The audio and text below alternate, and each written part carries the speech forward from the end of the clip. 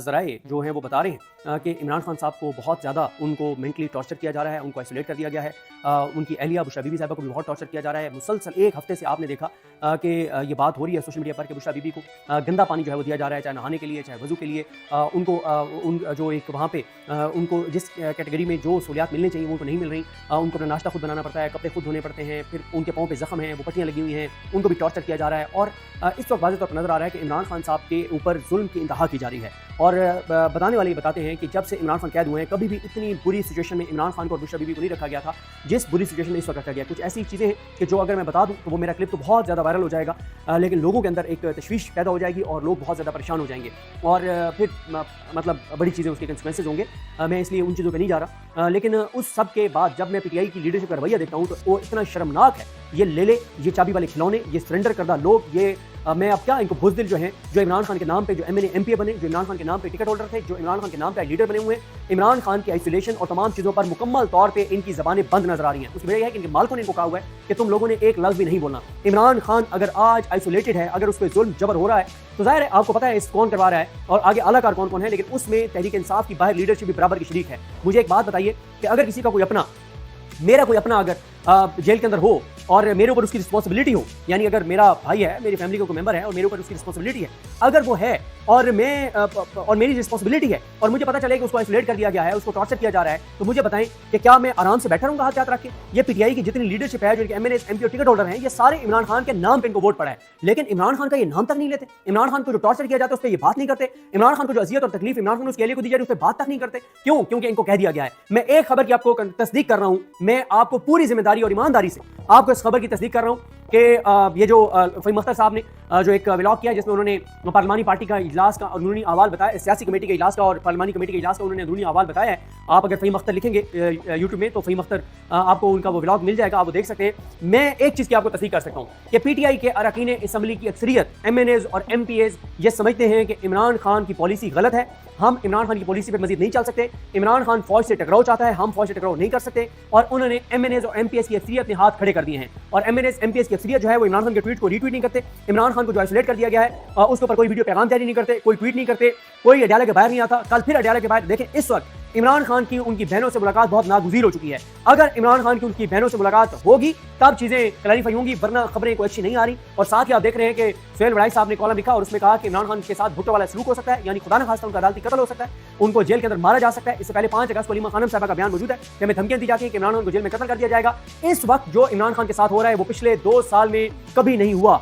इमरान खान को कोई मेरे ख्याल को 750 दिन तकरीबन हो गए उनकी कैद को, ना कैद को, और इस वक्त उनकी कैद को तहरीक इंसाफ की बाहर लीडरशिप ने नॉर्मलाइज कर दिया है। उनके साथ मुलाकातों की पाबंदी, मैंने एक सवाल किया ट्विटर के ऊपर, अगर इस सवाल का जवाब है पीटीआई की लीडरशिप के पास, उनकी लीगल टीम के पास, मुझे जवाब भिजवा दें, मैं अपने ब्लॉग में बता दूंगा कि इमरान खान साहब जो हैं उनके साथ जो मुलाकातें नहीं करवाई जा रही, क्या आपने उसके ऊपर इस्लामाबाद कोर्ट में रजू किया है? अगर आपने इस्लामाबाद कोर्ट में रजू किया तो उसके बाद आपने अगली हेयरिंग की दरखास्तें डाली हैं। अगर आपने अगली हेयरिंग की दरखास्तें डाली है तो क्या आपने मीडिया को बताया है कितने वकील हैं जो इमरान खान की साथ मुलाकातों पर पाबंदी जो लगी हुई है इसका केस लगवाने के लिए कितनी बार वकला जो है वो इस्लामाबाद कोर्ट गए हैं, कितनी उन्होंने प्रेस कॉन्फ्रेंसेस की हैं, कितनी उन्होंने प्रेस रिलीजें जारी की हैं? क्या ये मामला इमरान खान के ट्विटर पर जाकर सर्च करें, इमरान खान ने लिखा था अपने ट्वीट में लिखवाया, यानी वो जो बयान था उनका जेल से आया था कि बैरिस्टर अली जफर जो है वो सुप्रीम कोर्ट से रजू करें, जो मेरे साथ मुलाकातें नहीं हो रही, क्या उन्होंने सुप्रीम कोर्ट से रजू किया है? देखें, तहरीक इंसाफ अगर ये कहती है कि अदालतों से इंसाफ नहीं मिलता, हमें भी पता है, लेकिन अल्टीमेटली आपने अदालतों के अंदर एक नैरेटिव बनाना है, आपने दबाव बढ़ाना है। आप दबाव बढ़ाएंगे तो कहीं ना कहीं थोड़ा सा रिलीफ जो है वो मिल सकता है। और लेकिन हाथ पैर रख के बैठे क्यों? चाबी वाले खिलौने हैं, ले हैं। इनको कह दिया गया है कि तुम ले, तुम लोगों ने ऐसा कोई हरकत नहीं करनी, तुमने इस्लामाबाद हाई कोर्ट नहीं जाना, तुमने सुप्रीम कोर्ट को दरखास्त लेकर नहीं जाना।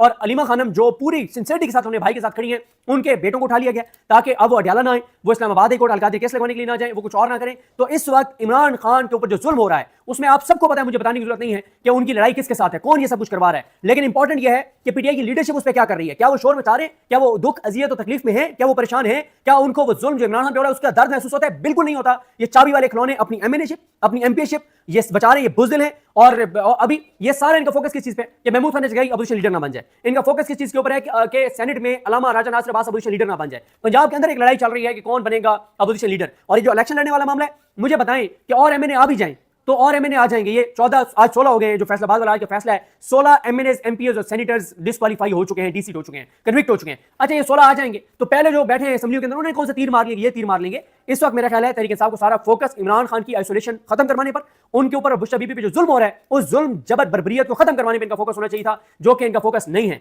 तो बहरहाल जी पहले आते हैं इस चीज के ऊपर कि आज ताबिश फारूक ये इमरान खान साहब की बहनों के साथ आपको नजर आती हैं, यंग एक वकील हैं, और ये जो आज इन्होंने दरखास्त दी है, ये दरखास्त पीटीआई की सीनियर लीडरशिप को देनी चाहिए थी, ये पीटीआई के बड़े वकला को देनी चाहिए थी। बहरहाल जी किसी ना किसी ने तो हिम्मत की है, किसी ने तो बहादुरी दिखाई है, credit goes to Tabish Farooq साहबा।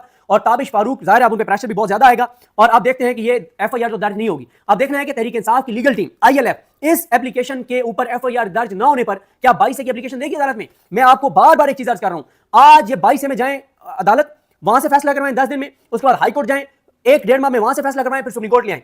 होता यह है कि जो भी मामला सुप्रीम कोर्ट पहुंचता है वो इंटरनेशनल मीडिया उसको कवर करता है। अभी ये 9 मई के ऊपर इमरान खान को जमानत मिली, क्यों इतना तहलका मच गया? इंटरनेशनल मीडिया वहां पर मौजूद था, पूरी दुनिया के मीडिया में रिपोर्ट हुआ, खबर उन्होंने लगाई है नहीं लगाई, पूरी इंटरनेशनल मीडिया को रिपोर्ट हुआ, इंटरनेशनल मीडिया के नुमाइंदे कमरा अदालत के अंदर मौजूद थे, और पाकिस्तान के अंदर जो मीडिया सारे मौजूद थे, और बात ही इमरान खान के हक में नैरेटिव बना। सुप्रीम कोर्ट में जो भी मामला आएगा वो इमरान खान और पीटीआई को फायदा होगा, चाहे वो केस हार भी जाए, नैरेटिव तो बनेगा इंटरनेशनली। अब आए जनाब ताबिश फारूक साहब ने एक एप्लीकेशन दिया, बखिदमत जनाब सीपीओ साहब रावलपिंडी, दरखास्त बराए इंदराज मुकदमा जनाब अली। ये उन्होंने सीपीओ किसकी एप्लीकेशन दिया है कि जो मुतल्लिका थाना है उसके एसएचओ को भी उन्होंने नामजद कर दिया है, और इसमें वो तो एप्लीकेशन ले नहीं रहे। अच्छा एक चीज और है, मैं शुरू में बता दूं, आप में से बहुत से लोग ये तनकीद करेंगे कि इमरान खान के ऊपर जुल्म तो एस्टैब्लिशमेंट कर रही है, ये करवा रही है, तो उनका तो नाम ही नहीं है। देखें जब आपने एफआईआर की दरखास्त देनी है तो उसमें आपने एक हायरार्की को इस्टेब्लिश करना है कि ये लोग इन ओहदों पर हैं। मसला ये है कि एस्टैब्लिशमेंट अगर करवा भी रही है तो वो इन्हीं किरदारों के जरिए करवा रही है, तो जब आप इन मोरों के नाम लेंगे और इनके ऊपर एफआईआर की दरखास्त देंगे तो अल्टीमेटली हिट वहीं तक पहुंचेगी जहां तक पहुंचनी चाहिए, क्योंकि उसकी वजह यह है कि हायरार्की के अंदर एस्टैब्लिशमेंट कहीं नहीं है। कानूनी तौर पर मुल्क में कानून और आइन है नहीं, सब कुछ एस्टैब्लिशमेंट ही कंट्रोल कर रही है, इसमें कोई शक नहीं है। लेकिन जब एफआईआर की आपने दरखास्त देनी है तो आपने वो नाम लिखने हैं जिसको आप नामजद करने को जस्टिफाई कर सकें। अब उन्होंने क्या लिखा है? उन्होंने कहा कि गुजारिश है कि Tabish Farooq advocate high court, उन्होंने अपना एड्रेस लिखा कि रावलपिंडी की रिहायशी हूं, जनाब आली साइला मंदरजा झेल अशखास, number 1 Maryam Nawaz CM Punjab, ASP Zainab, Ejaz SHO थाना सदर बैरूनी, सलीम इंचार्ज चौकी Adiala jail, Mohammad Aslam Saqib SHO, Ghafoor Anjum superintendent Adiala jail Rawalpindi, Sibtain deputy superintendent और दीगर मर्द और खवातीन पुलिस एहलकारों के खिलाफ कानूनी कार्रवाई की दावेदार हूं। यह बात ध्यान में रखें कि अगर इमरान खान को खुदा न खास्ता को नुकसान पहुंचा तो ये तो अब नामजद हो गए ये लोग। और दूसरी बात यह कि बाकियों को इमरान खान ने नामजद किया हुआ है। और एक चीज ध्यान में रखें, इस वक्त मुसलसल बात की जा रही है कि इमरान खान को भुट्टो बना दिया जाएगा। कोई आपने शोर सुना पीटीआई का? ये तो पीटीआई तो कोहराम बर्पा कर देती। कल भी सोहेल वड़ाई साहब ने आलिया शबीर साहब को इंटरव्यू दिया, उन्हें बात पर कही है कि इमरान खान को भुट्टो बनाया जा सकता है, इमरान खान को जेल के अंदर कत्ल किया जा सकता है, अदालती कत्ल उनका हो सकता है, और वो कह रहे हैं उसका मुल्क को नुकसान होगा।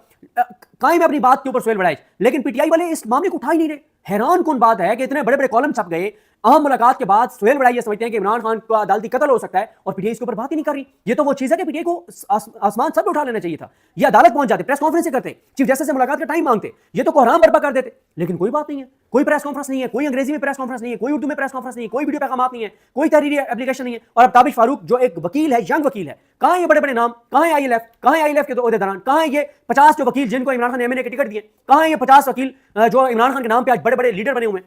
फिर ताबिश फारूक आगे लिखती हैं कि जनाब आली मरियम नवाज सीएम पंजाब की मां पर गफूर अंजुम सुप्रिटेंडेंट अडियाला जेल और डिप्टी सुप्रिटेंडेंट अडियाला जेल जो है वो इमरान खान के उन्होंने तमाम हकूक सलब कर दिए हैं। इमरान खान को 22 घंटे 7/8 के सेल में बंद रखना और चहलकदमी और चहल पहल ना करने देना, सूरज की रोशनी ना देखने देना। अब आप ये सुनते जाएं जो चीजें उन्होंने लिखी हैं, जरा इमेजिन तो करें, आप अगर बगैर कैद के अपने घर में आप इस हालत में हो तो आपकी क्या हालत होगी। लेकिन इमरान खान इस हालत में, और बाहर इनको फिक्र ही नहीं है, चाबी वाले खिलौनों को, इन लेलों को इनको फिक्र ही नहीं है, इनको अपनी मराद, ये बुज़दिल हैं, ये डरते हैं बात करने से। और जब सोशल मीडिया बात करते हैं जाके सोशल मीडिया की एजेंसियों को शिकायतें लगाते हैं कि जी हम तो कुछ नहीं करना चाहते, ये सोशल मीडिया हमारे ऊपर दबाव बढ़ा देता है, आप इनको उठाएं, फलाने को उठाएं, ये करवाते हैं ये ले एजेंसियों को कह के। अच्छा वो कहती हैं कि 22 घंटे इमरान खान को एक छोटे से सेल में बंद रखा जाता है, उनको चहल पहल नहीं करने दी जा रही, सूरज की रोशनी को नहीं देखने दी जा रही, उनकी बिजली बंद कर दी जाती है, उनको साफ पानी नहीं दिया जा रहा, किताबें को नहीं दी जा रही, फैमिली मेंबरान की एक्सेस नहीं है, उनकी अपने बेटों से बात नहीं करवाई जा रही, उनकी जो एहलिया है उनसे बुशरा बीबी जो जेल में कैद है उनसे मुलाकात जो है वो नहीं करवाई जा रही, उनके डॉक्टर्स की एक्सेस नहीं है, आसिफ यूसुफ साहब, फैसल सुल्तान साहब, समीना न्याजी साहबा। फिर वो कहती हैं कि हाई कोर्ट के ऑर्डर्स की नाफरमानी और तौहीन जैसे संगीन जराइम का इर्तिकाब कर रहे हैं ये 8 लोग जिनके नाम मैं ऊपर बता चुका हूं। आगे वो कहती हैं कि जनाब अली ये तमाम जराइम सीएम पंजाब मरियम नवाज की हिदायत पर किए जा रहे हैं, चूंकि अडियाला जेल रावलपिंडी सीएम पंजाब की हदूद में आता है, जिस बाबत मरियम नवाज खुद कई दफा अपनी तकरीर में ये धमकियां दे चुकी हैं कि इमरान खान एक फितना है जिसे खत्म किया जा रहा है, जिसे खत्म किया जाना और खत्म किया जा रहा है। जनाब अली इस बाबत मैंने पहले भी एक दरखास्त जनाब के पास दायर की थी जिस पर एफआईआर दर्ज ना की गई। जनाब अली इमरान खान जो कि कैदी है और उस कैदी के जायज़ हकूक फराम ना करने पर तमाम मदरजा वाला अशखास के खिलाफ कानूनी कार्रवाई की सजा करती हूँ। जनाब आली Zainab ASP, Ejaz SHO, Saleem incharge चौकी अडियाला, मोहम्मद असलम साकिब SHO और मजीद 2 खवातीन पुलिस एहलकारान उन्होंने बासलाव मशवरा होकर इमरान खान की फैमिली मेम्बरान अलीमा खानम, डॉक्टर उज़मा खान, नौरीन याजी और दीगर फैमिली मेम्बरान को बावजूद अदालत के हुक्म यानी इस्लामाबाद कोर्ट के हुक्म के बावजूद हर मंगल के रोज अडियाला जेल के गेट नंबर 5 तक गैर कानूनी नाकाबंदी करते हुए चक्री इंटरचेंज जो है वहां पर रोक लिया जाता है और आगे उनको नहीं आने दिया जाता। आगे वो कहती हैं कि इमरान खान की बहनों को हिरासत किया जाता है, परेशान किया जाता है। यही नहीं बल्कि 4-4, 5-5 घंटे अडियाला से कुछ किलोमीटर दूर इलीगल तौर पर उनको जो है वो किया जाता है, उनको रोका जाता है, उनको हिरासत में लिया जाता है। और शाम के वक्त अंधेरे में 3 बहनों को बमा फैमिली मेंबर्स गैर कानूनी तौर पर कैदी वैन में डालकर जबरदस्ती अगवा करते हुए चक्री इंटरचेंज के इलाके में बेजारो मददगार बेसाजो सामान जो है वो उतार कर खुले आसमान में छोड़ दिया जाता है, जो कि तमाम तर फैमिली मेंबर्स की जिंदगी को खतरे में डालता है। जनाब आली पुलिस मुलाजमीन के इस गैर कानूनी अमल की वजह से फैमिली मेंबर्स अडियाला जेल के गेट नंबर 5 तक नहीं पहुंच पाते और पुलिस आए रोज हर मंगल बहनों को जदोगोब करते हुए जोर जबरदस्ती से पुलिस वैन में अगवा करके सुनसान जगह पर उतारना और खुद चले जाना गैर आईनी और गैर कानूनी होने के साथ साथ एक संगीन जुर्म भी है, जो कि मीडिया, सोशल मीडिया और तौहीन अदालत की पिटीशन की सूरत में रिकॉर्ड का हिस्सा है। जनाब आली मुदर्रजा वाला वाकयात की रोशनी में सीएम पंजाब की मां पर सुप्रिटेंडेंट जेल, डिप्टी सुप्रिटेंडेंट और वो बाकी जिनके नाम है, इनके खिलाफ इमरान खान के हकूक सलब करने और इमरान खान की फैमिली बिलखसूस इमरान खान की बहनों को अगवा करते हुए सुनसान जगह पर उनको जो छोड़ा जाता है उसमें उनकी जिंदगी को जो खतरे में डाला जाता है, इस पर उन्होंने कहा है कि इनके खिलाफ जो है वो FIR दर्ज की जाए और इनके खिलाफ कानूनी कार्रवाई की जाए। ये उन्होंने भेजा है बाय डॉक, क्योंकि वजह यह है कि ये एप्लीकेशन नहीं ली जा रही। अब आते हैं एक और स्टोरी के ऊपर। ये स्टोरी जो है वो समी इब्राहिम साहब कर चुके हैं और आप देखें कि मुल्क के अंदर हो क्या रहा है, किस तरह से जो है वो चीज़ें हो रही हैं। ये जनाब एक स्टोरी है, समी इब्राहिम साहब ने ये फैक्ट्स बताए हैं कि जनाब एक ठेका है सड़क का, और ये मैं सारी आपको चीज़ बताता हूँ ये ठेका कहाँ से कहाँ तक है। ये ठेका है जनाब 142 अरब रुपए का ये प्रोजेक्ट है और जो एक चीनी कंपनी जो है और उनका कंसोर्शियम है जिनको अवार्ड हुआ है, और लेकिन जो सेनेटर हैं अब्दुल कादिर और सेनेटर अहमद खान, इनके ऊपर इल्ज़ाम है कि इनकी जो कंपनियां हैं ZKB और मेट्रोकॉन, उनको जो है वो बोली ज़्यादा उन्होंने दी थी इसलिए उनको नहीं मिला था। तो अब जब उन्होंने बोली ज़्यादा दी और एक चीनी कंपनी ने बोली कम दी और उनके कंसोर्शियम था उन्होंने बोली कम दी, तो जाहिर है जो कम बोली देता है उसको मिल जाती है। इन्होंने दी 155 अरब की बोली, उन्होंने दी 142 अरब की बोली, अब उनको मिल गया कॉन्ट्रैक्ट। अब ये क्योंकि एक सेनेट की कमेटी में मौजूद हैं, वहां पे ये हिरासत कर रहे हैं, वहां पे ये कुछ गैर कानूनी तौर पर चीज़ें मंगवा रहे हैं, थ्रेट कर रहे हैं मुतल्लिका इदारे को कि ठेका इनकी कंपनियों को दिया जाए। कॉन्फ्लिक्ट ऑफ इंटरेस्ट की इससे बुरी मिसाल क्या हो सकती है।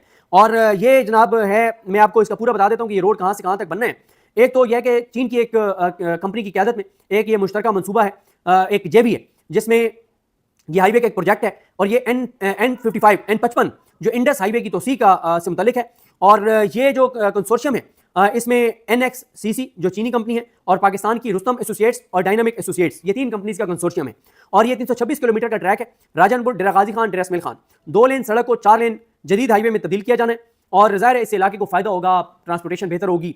और इसकी जो है वो बिडिंग हुई और बिडिंग में 13 अरब से ज़ायद की बचत हुई। क्यों? क्योंकि इन्होंने जो मैंने आपको बताया कि इन्होंने जो कंसोर्शियम है जिन्होंने ये बिडिंग जीती उन्होंने 142 अरब की बिड दी और जो नाकाम हुए उन्होंने 152 अरब दी। अब मसला ये है कि जिनको कॉन्ट्रैक्ट नहीं मिला तो वो उस वजह से सेनेटर अहमद खान के वालिद जो बताया जाता है कि ZKB के बड़े शेयर होल्डर हैं और सेनेटर अब्दुल कादिर वो जो है मेट्रोकॉन के डायरेक्टर भी हैं और शेयर होल्डर भी हैं, और अहमद खान ने खुद ZKB की नाकाम बोली जो है वो जमा कराई। तो अब इल्ज़ाम ये लग रहा है कि दोनों सेनेटर जो हैं वो पार्लिमानी कमेटियों के जरिए दबाव डाल रहे हैं, NHA और वजारत इक्तिसादी अमूर जो है उस पर हमले कर रहे हैं ताकि इस मनसूबे को रुकवाया जा सके, इस कॉन्ट्रैक्ट को रुकवाया जा सके। और ADB का मौक़िफ़ है कि जो खुफिया प्रोक्योरमेंट डॉक्यूमेंट्स हैं वो कमेटियों को नहीं दिए जा सकते, और वो कहते हैं कि क़वायद के मुताबिक मालूमात और अवार्ड मुकम्मल होने से पहले जो है मालूमात जो है वो ज़ाहिर नहीं हो सकती। इकनॉमिक अफेयर डिवीजन का कमेटी पर उनका इल्ज़ाम है कि खुफिया बिडिंग डाटा जो है वो सामने लाया गया जो ज़ाब्तों की खिलाफवर्जी है, और ज़ाहिर है ये मनसूबा लेट भी हो सकता है और इसमें जो है वो कीमत भी बढ़ सकती है। मेरा ख्याल है कि जो भी इसका मुतल्लिका कोई इदारा है वो इस सारे मामले को देखे कि ये जो कॉन्फ्लिक्ट ऑफ इंटरेस्ट के इल्ज़ामात लग रहे हैं 2 सेनेटर्स के ऊपर, क्या ये दुरुस्त है, और अगर ये दुरुस्त है तो उनके खिलाफ क्या कार्रवाई की जाती है। लेकिन मसला ये है इस वक्त हम पाकिस्तान के अंदर देख रहे हैं कि जो भी इस निज़ाम का हिस्सा है, जो भी इस करप्ट निज़ाम का, इस जालमाना जबराना निज़ाम का हिस्सा है, उसको खुली छूट दे दी गई है, वो जैसे मर्जी करे, जो मर्जी करे, चाहे उससे पाकिस्तान को नुकसान होता रहे, लेकिन उनको लाडलों लाडलियों को कुछ नहीं कहना जो इस निज़ाम के साथ चल रहे हैं। तो बहरहाल जी इस स्टोरी पे देखते हैं कि चीज़ें जो है वो कैसे आगे बढ़ती हैं और क्या होता है। मुझे अपनी दुआ में याद रखें। अल्लाह हम सबका हामी नासर। अल्लाह हाफ़िज़।